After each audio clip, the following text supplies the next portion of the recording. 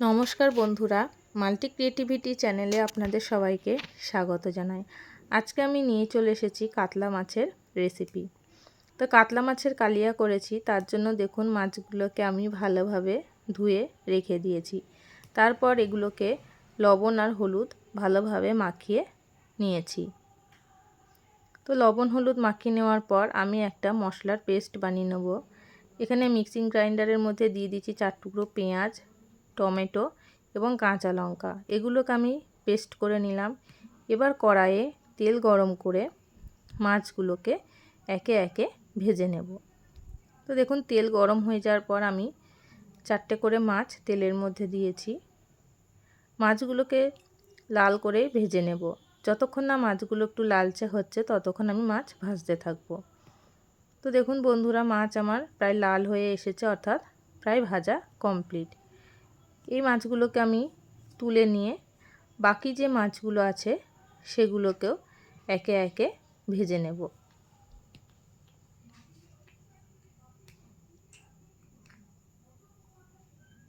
তো মাছ ভাজা আমার কমপ্লিট হয়ে গেছে। মাছগুলোকে একটা জায়গায় তুলে রাখার পর কড়াইয়ে ওই তেলের মধ্যে আমি গোটা জিরে, শুকনো লঙ্কা এবং গোটা গরম মশলা ফোড়ন দিয়ে দিলাম। এগুলো একটু নেড়ে চেড়ে নিয়ে যে মশলার পেস্টটা বানিয়েছিলাম সেটা দিয়ে দিলাম। পেঁয়াজের যাতে কাঁচা গন্ধ না থাকে সেই জন্য খানিকক্ষণ তেলের মধ্যে নেড়ে নিয়ে দিয়ে দিলাম আদা বাটা, জিরের গুঁড়ো, লঙ্কার গুঁড়ো, হলুদ এবং স্বাদ অনুযায়ী লবণ।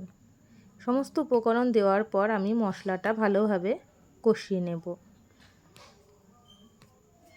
যতক্ষণ না তেল ছাড়ছে মশলা থেকে ততক্ষণ আমি মশলা কষাবো।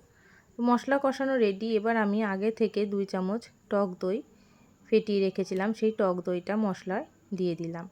দেওয়ার পর আমি এটাকে সমানে নাড়তে থাকবো, গ্যাসের ফ্লেমটাকে লো করে দিয়ে। তো টক দই দিয়ে মশলা আমার কষানো প্রায় রেডি হয়ে গেছে। এবার আমি দিয়ে দিলাম একটু চিনি।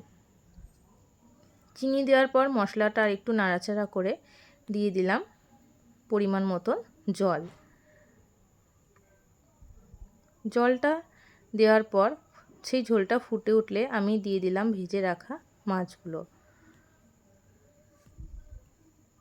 তো মাছগুলো দেওয়ার পর দেখুন আমার কিছুক্ষণ পরে কাতলা মাছের কালিয়া আমার রেডি। নামানোর আগে আমি ওপর থেকে ছিটিয়ে দিলাম গরম মশলার গুঁড়ো।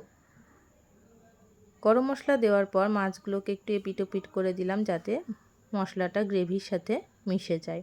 তো বন্ধুরা, কাতলা মাছের কালিয়া আমার একদম রেডি। এবার আমি একটা প্লেটে মাছটাকে সার্ভ করব। তো কাতলা মাছের কালিয়াটা খেতে বেশ ভালোই লেগেছিল। আপনারাও বাড়িতে এইভাবে ট্রাই করতে পারেন। তো বন্ধুরা, আমার চ্যানেলের ভিডিও যদি আপনাদের ভালো লেগে থাকে তাহলে অবশ্যই চ্যানেলটিকে সাবস্ক্রাইব করে দেবেন এবং ভিডিওটিতে একটি লাইক, কমেন্ট এবং শেয়ার করবেন। ধন্যবাদ।